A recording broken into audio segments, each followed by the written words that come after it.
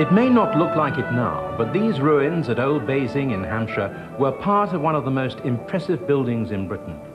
Dating from the reign of Henry VIII, it was a castle covering some 15 acres with walls 3 feet thick. During the Civil War, it took Cromwell 2 years to knock it down in the longest siege of those troubled years. Quite a contrast to the new Basingstoke, which stakes its claim on the landscape in a rather different way. Closer in style, you might think, to downtown Dallas than Tudor England. Few towns have undergone more radical change than this. The Basingstoke town planners decided to start from scratch, and many parts of the old town were demolished to make way for the high-rise modern buildings that now comprise the town centre. Not exactly skyscrapers in the American sense, but certainly the tallest buildings for many miles around. One of the few architectural survivors of another age is Church Cottage, the walls of which are lined by deep cuts and scratches. Was this early graffiti, one wonders, by medieval mischief makers? No, not at all. Church Cottage was once a school, and these deep cuts were caused by generations of children sharpening their slate pencils before going into class. Well, this is undoubtedly one of the oldest buildings in Basingstoke, and just there, beyond the trees, perhaps the most modern. It's the new concert hall and arts centre known as the Anvil. In anticipation of a good day, we've brought a particularly strong team of experts, including a new face on our pottery and porcelain tables, Francis Linus. So, let's now join our experts with the people of Basingstoke. I got the first two from an aunt and uncle when I was about 5 or 6. Did you? And I don't think I've set eyes on them for about 50 years. They've been put in a cupboard, and I was pulled out last night. And well, it's just as well, because they're the sort of things that would have appealed to younger members of a family, sons or nieces and nephews. In 1993, Britain's had their centenary. It was 100 years since they produced their very first hollow cast soldier. And I think that Britain's started to make different sorts of figures, really to appeal to a different clientele. Obviously, he's best known for his military figures, but in 1906 he produced his first set of Salvation Army.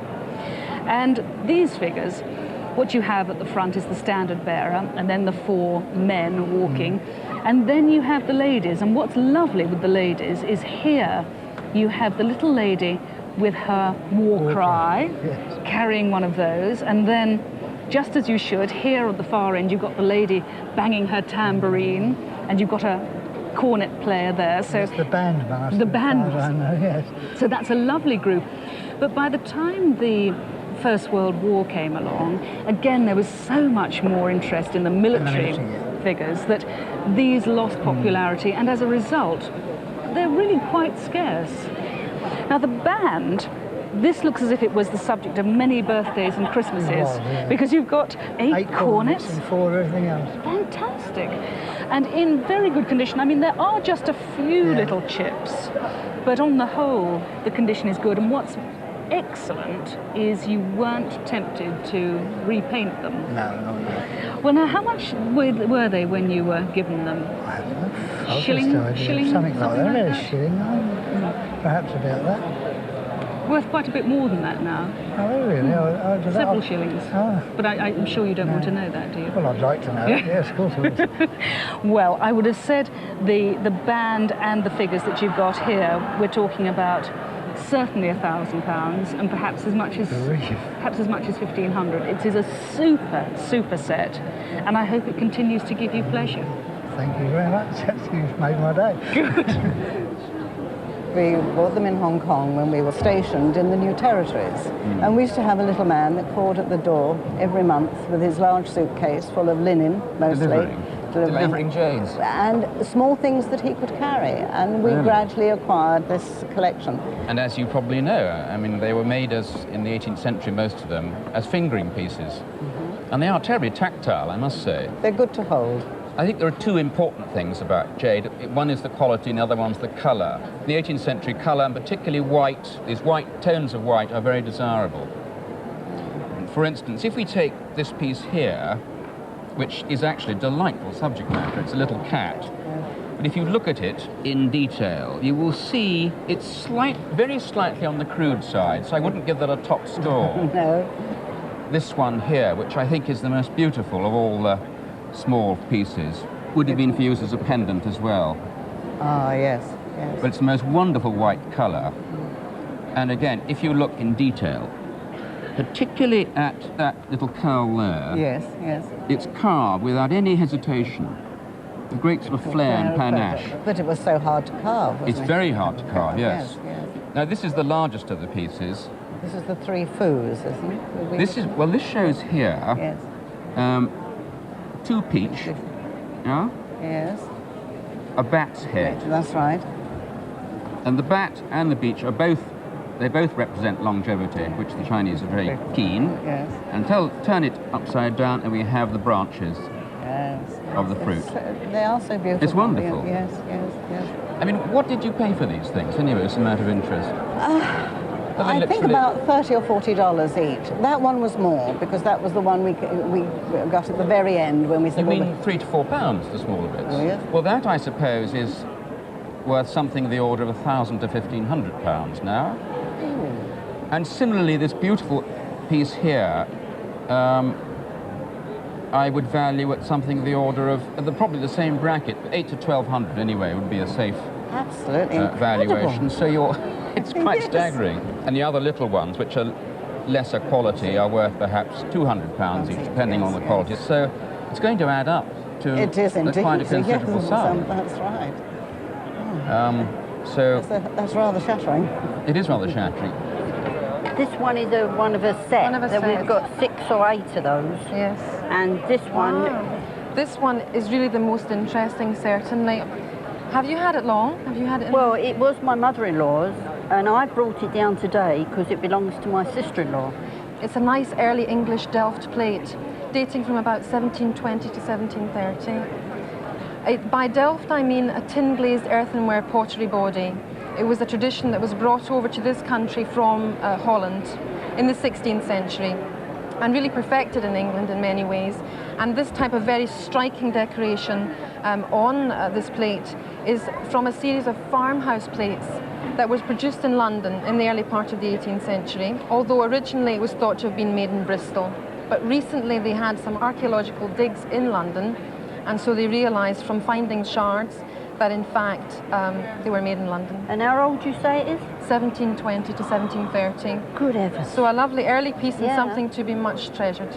And they painted in a very sort of vivid, brightly coloured palette, farm animals like cockerels. But the unusual thing about your example is that it's a peacock. So that's a very special piece. Do you like it yourself? I find like it quite yes, pleasing? because it's vivid, vivid, Yes. I think that's one of the nicest things about Delft, the palette, very nice. Well, this sort of thing is very collectible. A lot of people, American collectors love it. And if you should ever decide to sell, you could expect to realise around £2,000 at auction.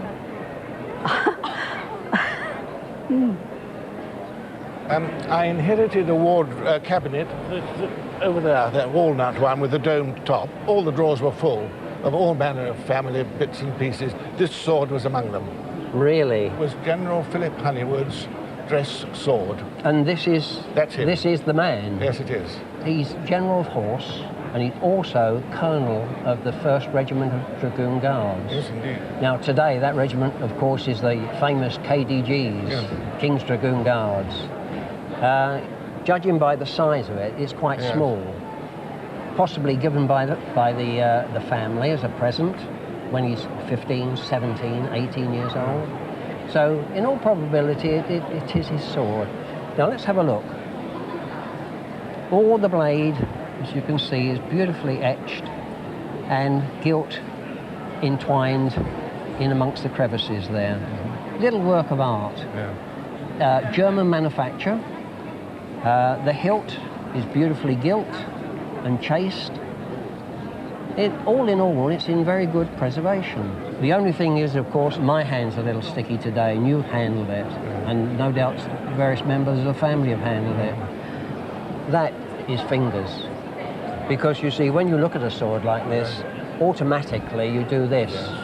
And sometimes, that's fingers. You want to get this nice and clean, and then treat it with wax. And then if you show it to anybody and they handle it, there's a barrier between your fingers, their fingers, and the article. Would you like to know the value? Yes, I would. Well, I think with this history, and again you can substantiate that it is this gentleman's sword through family connections, I think it would fetch on the market today about £750. Much as that? Yes, indeed. Is this you? You've been collecting these, or is... You have? Car boot sales? JA there. Antique shops? My grandpa's. You can't call it collecting if you nick them from your grandmother's loft. Well, we see a lot of pens in the Roadshow, and they are of greatly varied qualities. I like fountain pens very much. I use one every day. Where did you get this one from? It's left by my great aunt. Great aunt, right. It's a wonderful swan pen, very characteristic of the style before the First World War. And this filigree work all over it is pierced 14-karat gold. Now, it's not like a modern pen with a lever filling or any other automatic contrivance. You take the nib out and you fill it with an eyedropper. And it would have, I can't use a bag for it. That's right, and it would have come in a box with the eyedropper. So you filled it every day with the eyedropper, and then that would give you your day's writing. This is a very collectible item. It's the sort of thing I'd love to have. Quite expensive. They come in silver, they come in gold. Waterman made a similar model, 1910, 1915. And I think probably 150, 200 pounds. So good for writing large checks. It's like a brand tub. What are you going to come up with? Oh. Surprised you couldn't find that in the bottom there. Where to start? Well, the idea of doing these character jugs goes back actually a terribly long way. But the majority of the ones sees today are Dalton. This one's a very well-known Dalton one, Sarah Gam, and she's worth about 30 to 40 pounds. This is Mr. Bumble by Besig, another manufacturer who copied the Dalton idea. He's an attractive man, isn't he, really? Appeals to you. That's worth about 20 pounds. Nice little lot. I suggest you go back to your granny's roof and have another ruffle through and see what else you can find. I must say, it's always rather nice to see something in this overall rather, if I might say so, tatty condition, but with a little hint of surprise showing through. That gorgeous dial. And what a pretty little carriage clock. Yeah. Is that something you've had for a few years? I've had it for 5 years. It was given to me by an aunt of mine, and she bought it in, well, at the end of the last war, in a jumble sale for sixpence. You're joking? No, I'm not. What? That's what she told me. 2.5p in new money? 2.5p in new money, yes. Well, that is quite incredible, if I might say so. Staggering. It's a pretty little thing. We love it. It's absolutely charming. It's got the prettiest little porcelain panels, 2 girls, one on each side, in little garden scenes, bulrushes, butterflies, and the dial itself, again, ever so pretty with that little riverside scene. There's one thing I do want to ask you.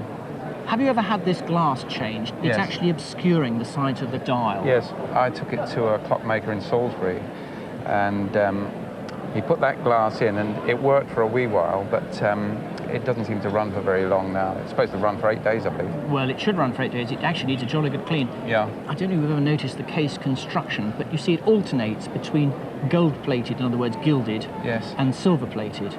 Now, just looking, feet, finials, all sorts of bits and bobs. That case probably consists of about 30 different pieces of metal. Really? The very fact it costs so little, it's probably not even a thing you'd consider to be of great value, is it? Well, no. I mean, whatever the value, I wouldn't sell it. It's, you know, brings back fond memories of the old aunt, you know. Well, let's put it this way. When that's up and running, it's the sort of thing to get well in excess of £2,500 for. Good grief. So that is a few %, to say the least, interest, is it not? 2,500? That's... Everybody is wanting porcelain panelled miniature carriage clocks. So didn't you increase the insurance on that then? I think you had. What do you call this table? Well, I call it a duet table. Now, a duet table suggests something musical, doesn't it? Yes, and I've seen these sometimes referred to as composers' tables and things like that. But I think that really you could use it for playing music, but I think it's also really a writing table and a reading table. In other words, a multi-purpose work table. Because once you start playing about with this, all sorts of things happen. And I've had great fun finding out what's going on. Because this one lifts up, and this one lifts up. So that you've got a double-sided reading flat. Because of the pedestal base, you can pull it in front of any chair, or two people can sit and work at it. And if you're wanting to do it at night, fine, you pull out your candle slides, and you can read by the light of your own candle. It doesn't stop there, does it? Because once you swivel it round, let's do this, it can be raised and lowered by altering the position of the peg there, which is extremely convenient, so that in fact if you were using it for music, you could have it at the right height. The date of this table, I think, is clearly 1820s. I mean, you bought this, it's not a family Bought it in auction in the local village. And how long ago was that? About 20 years, I should think. 20 years ago. And how much did you pay for it then? £30, I think, if I remember. £30, goodness. Well, I mean, I'm sure you could add a naught onto that with little trouble. £3,000 to £4,000, I think, is probably what you would get. Two noughts, you're quite right. Yes, my mathematics is not very good. Well, now to the third part of our competition on the subject of wine-related antiques, and your opportunity to win £2,500 to spend on antiques of your choice during a weekend for two in Dublin. And there will be 3 runner-up prizes of £500 each, and that same Dublin weekend. Our subject for this week is a wine glass cooler. Now, when were these introduced for the first time, Ian? Well, these first came in during the reign of King Charles II in about 1680. The extraordinary thing was that they were so keen on making everything just right, getting the wine absolutely cool, that they put ice water in here to cool the wine glasses, and then, of course, would hold them by the foot so that the heat from the hand didn't affect the wine. That's interesting. I always thought that handling a wine glass like that was an affectation, but it had a practical purpose. Absolutely. Well, now, this particular wine glass cooler has a specific name. How did it acquire it? Well, this is the most extraordinary story. It was named after a London eccentric of the late 17th century, known as the Fantastical Scot. He wore a cloak, the bottom of which was shaped like the edge of this bowl. And so it was actually named after the Fantastical Scot's cloak. Which leads us directly to this week's question. Who was the Fantastical Scot who lent his name to this particular kind of wine glass cooler?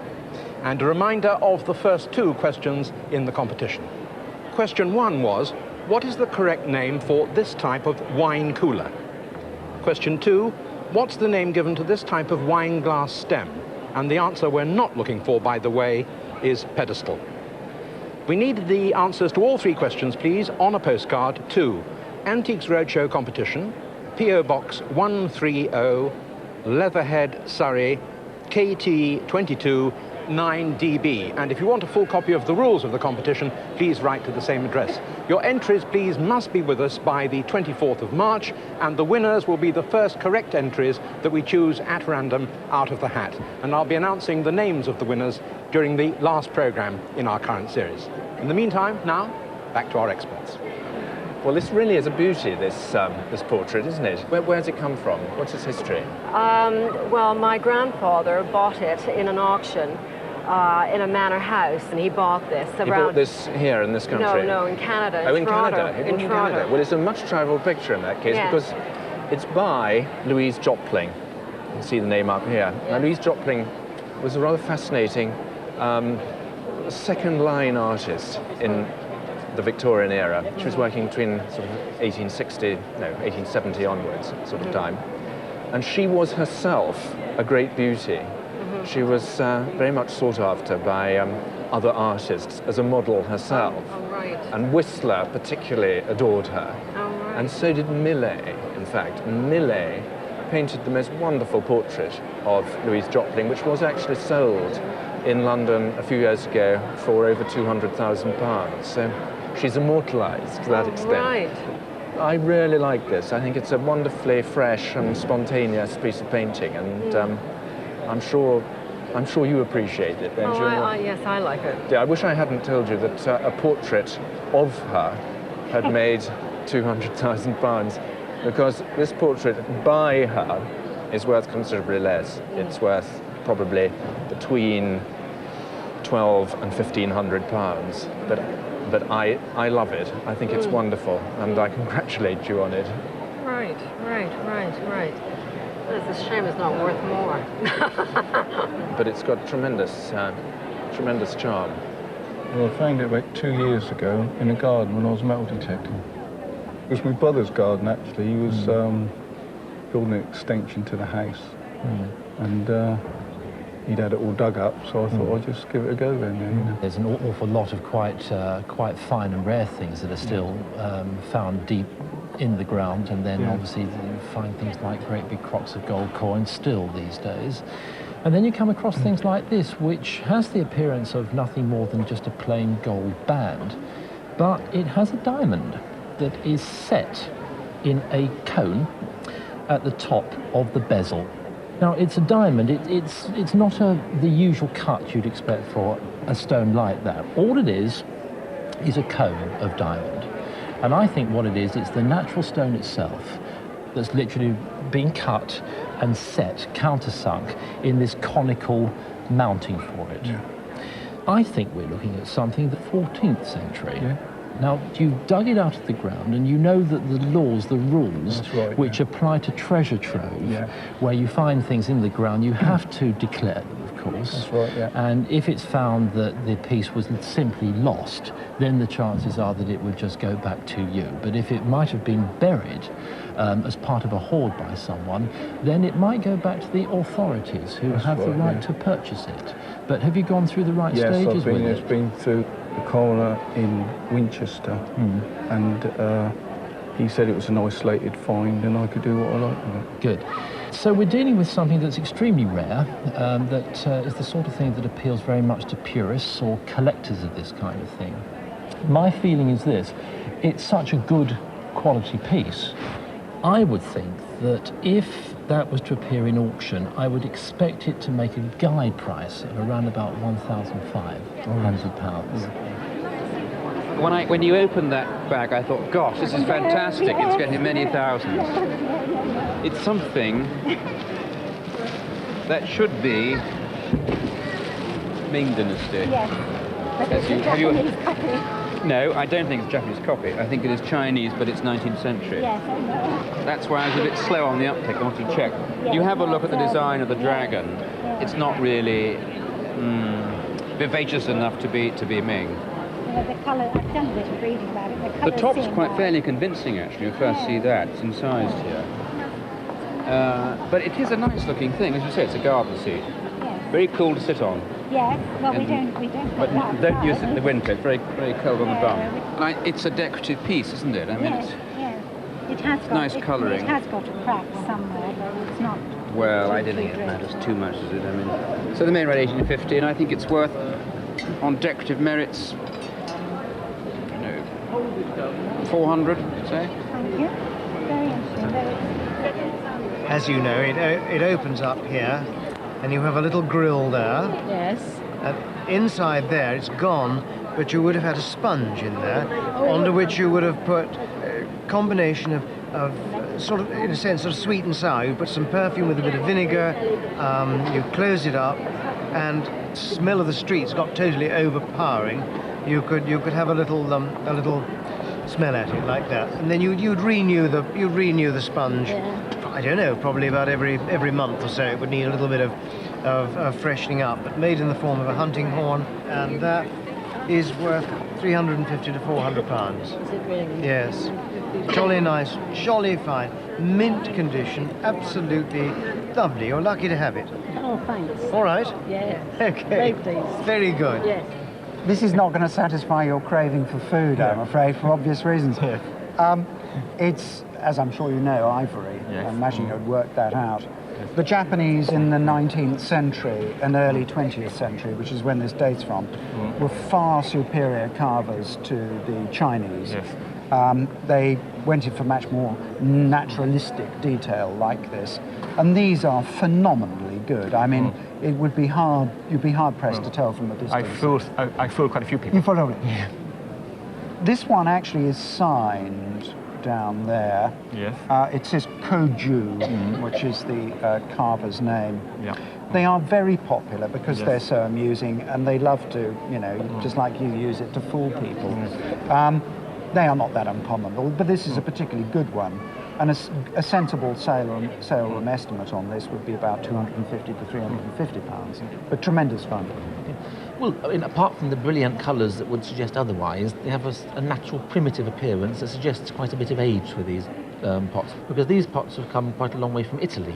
And what we're looking at are two pieces from a pharmacy. Originally, these would have been part of a set of jars containing medicine, because these are Italian Maiolica jars, that's the brightly coloured pottery of Italy, and date from the Renaissance. What we're looking at are jars of about 1580, 1600 in date.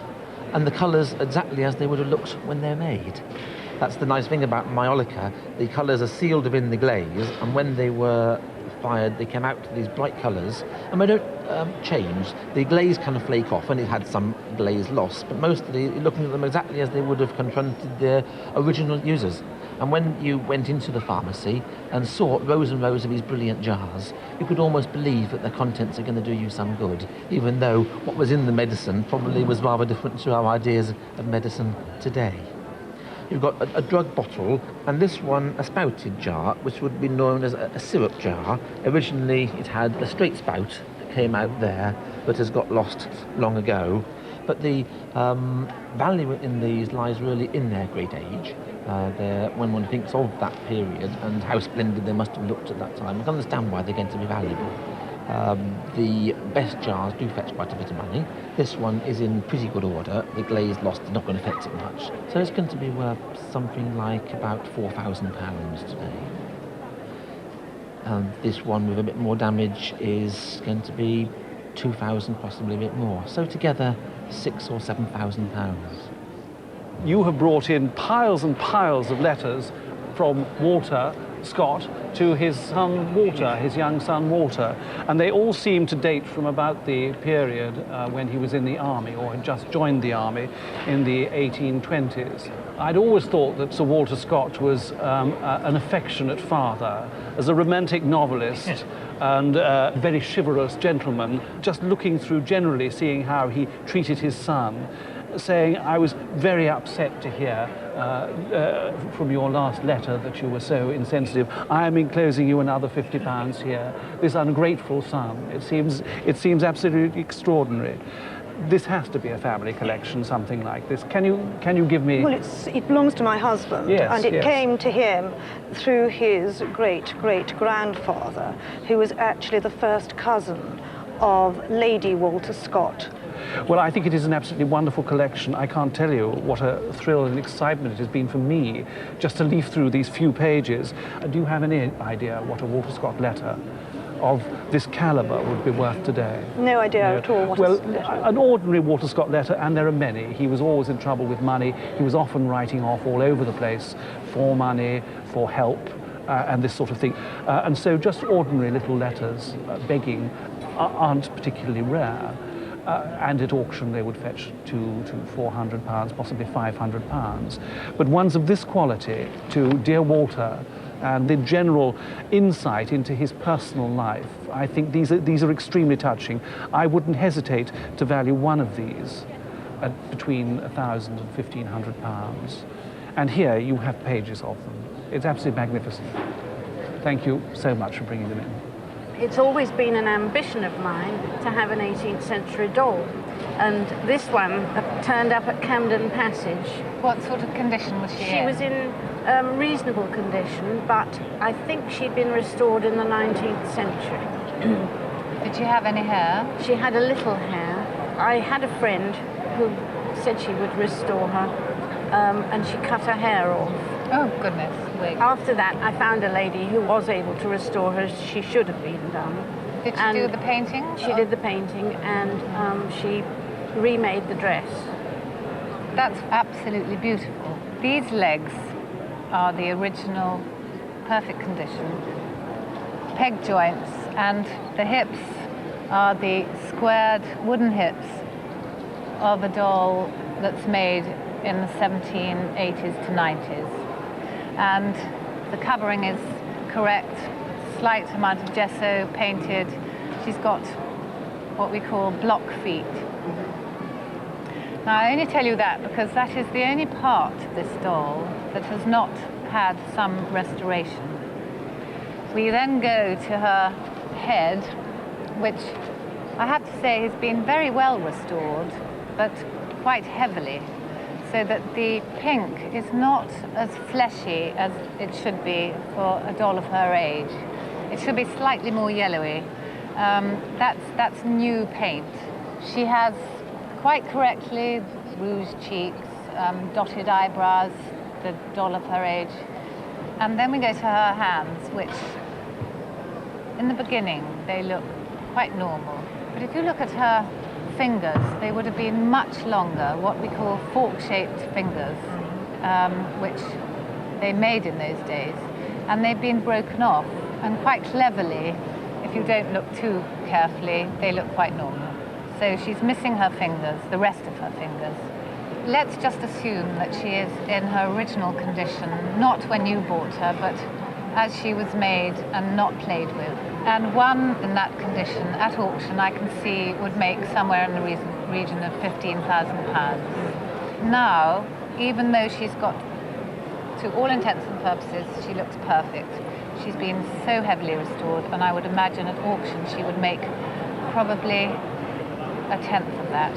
So we're talking about possibly £2,000, 1,500 to 2,000. So in a way, I don't know how much you paid, but I would have thought you haven't done too badly. I don't think I have, because I paid less than half of that altogether. Wonderful.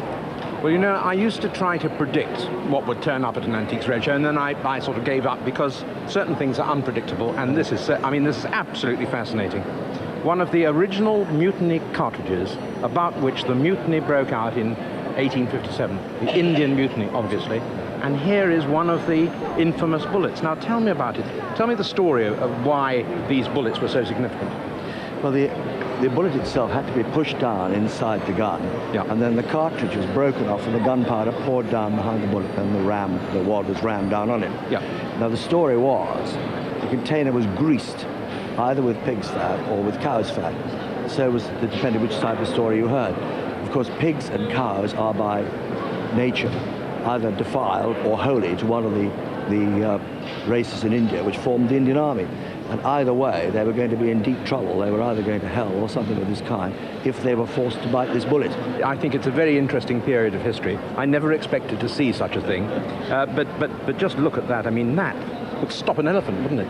It certainly would, yes. And I said to my husband, I don't want it, I haven't got room for it. So he said, well, can't we put it on the wall? I think boot sale.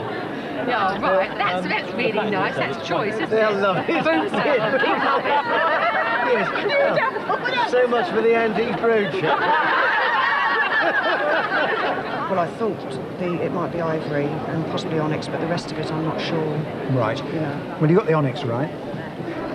This is cast bronze, which has been patinated by spraying it with metallic paint.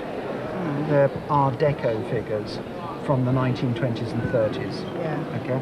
There are a number of sort of important makers that one looks for, Schipperus and Frederick Preece.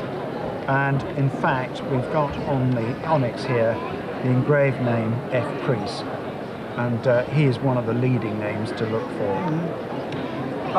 You said you thought that this might be ivory.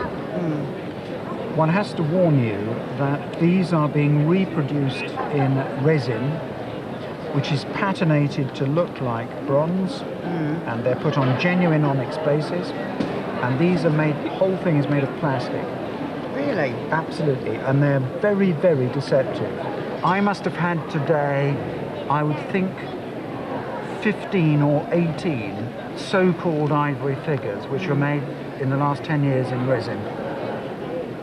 Now, there is one way to tell.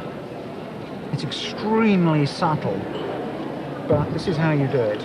You put the figure towards a strong light, And if you crane over here, can you see on her neck? In fact, it's better when I shade it. Light and dark lines? Yes. Yes? Yes. If I twist it through 90 degrees, they've gone. Ah. Now that is a sign you're dealing with ivory. And it's an infallible test. They are terribly nice. Have you sought out the value from anybody at all? Anybody told you? I think, well, my mother did say she had them valued, some years ago, and she thought they were worth about £300. £300 is far too little. Today, a figure like that would make close on £1,000. Joking. And so would that one. Really? Yeah. The table itself we can forget about.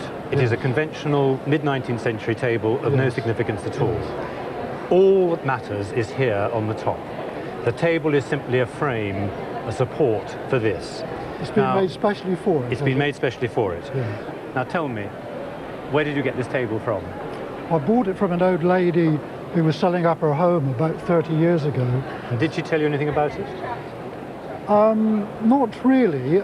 All I did learn from her that she was in the employ of General Franco most of her life.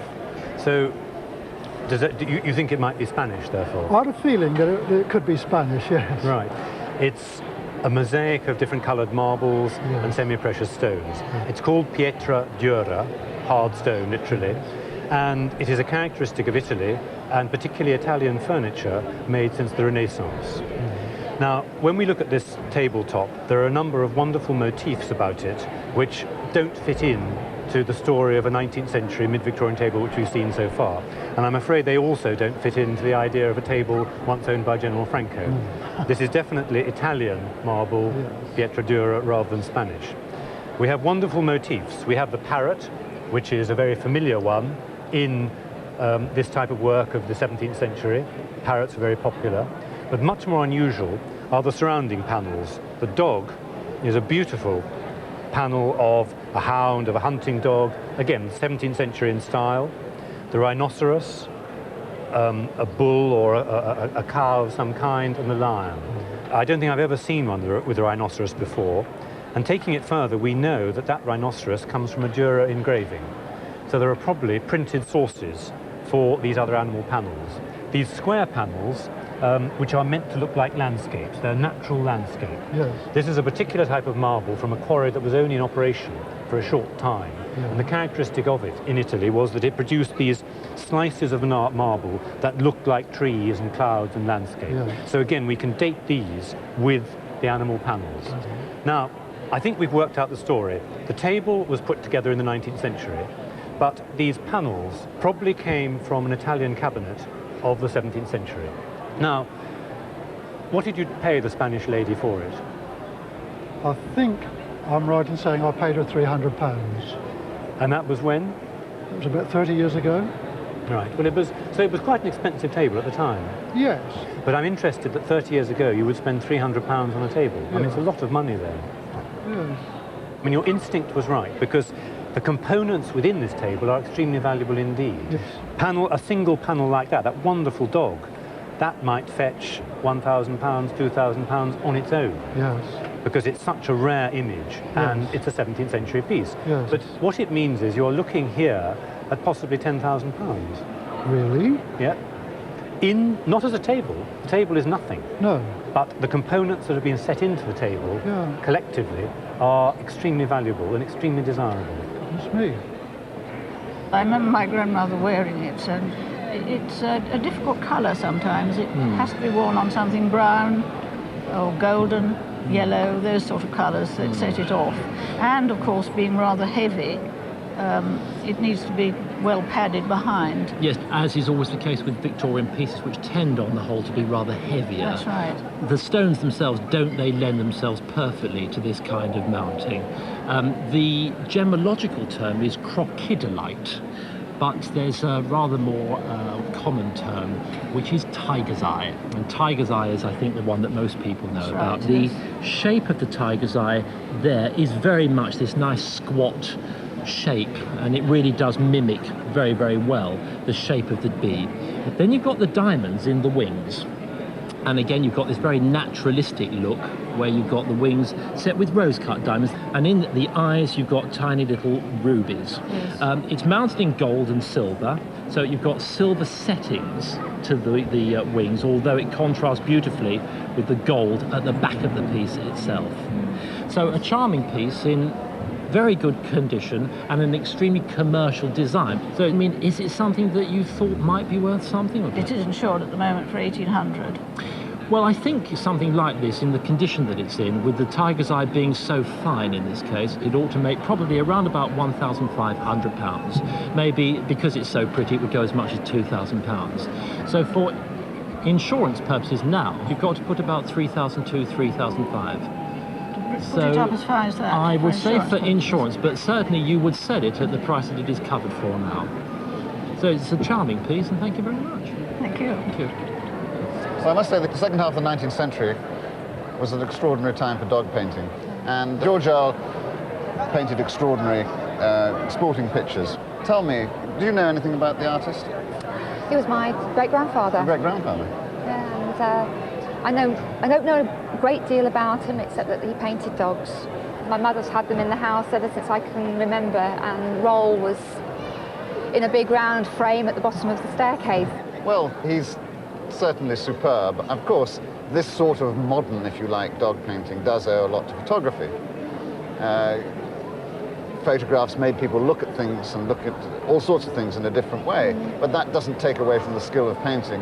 This is sort of Victorian dog painting, if you like, at its finest. And one of the things in the bottom picture that we can see is the dogs in the foreground are in focus and the landscape behind is out of focus. And this is something also drawn from photography that artists didn't really think about till they started looking at photographs. Right. George Earle painted that extraordinary pair of pictures that were sold recently for £250,000 each.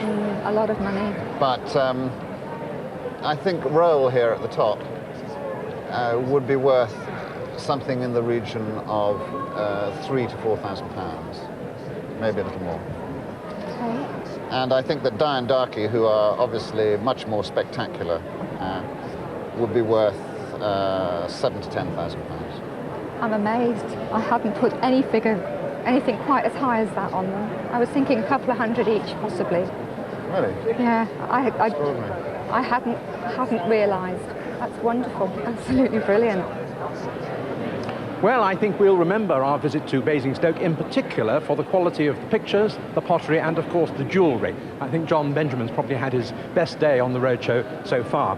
We'll soon be packing our bags again, en route this time to the Channel Islands. We're off to Guernsey. So until then, the same time next week, from all of us here in Basingstoke, goodbye.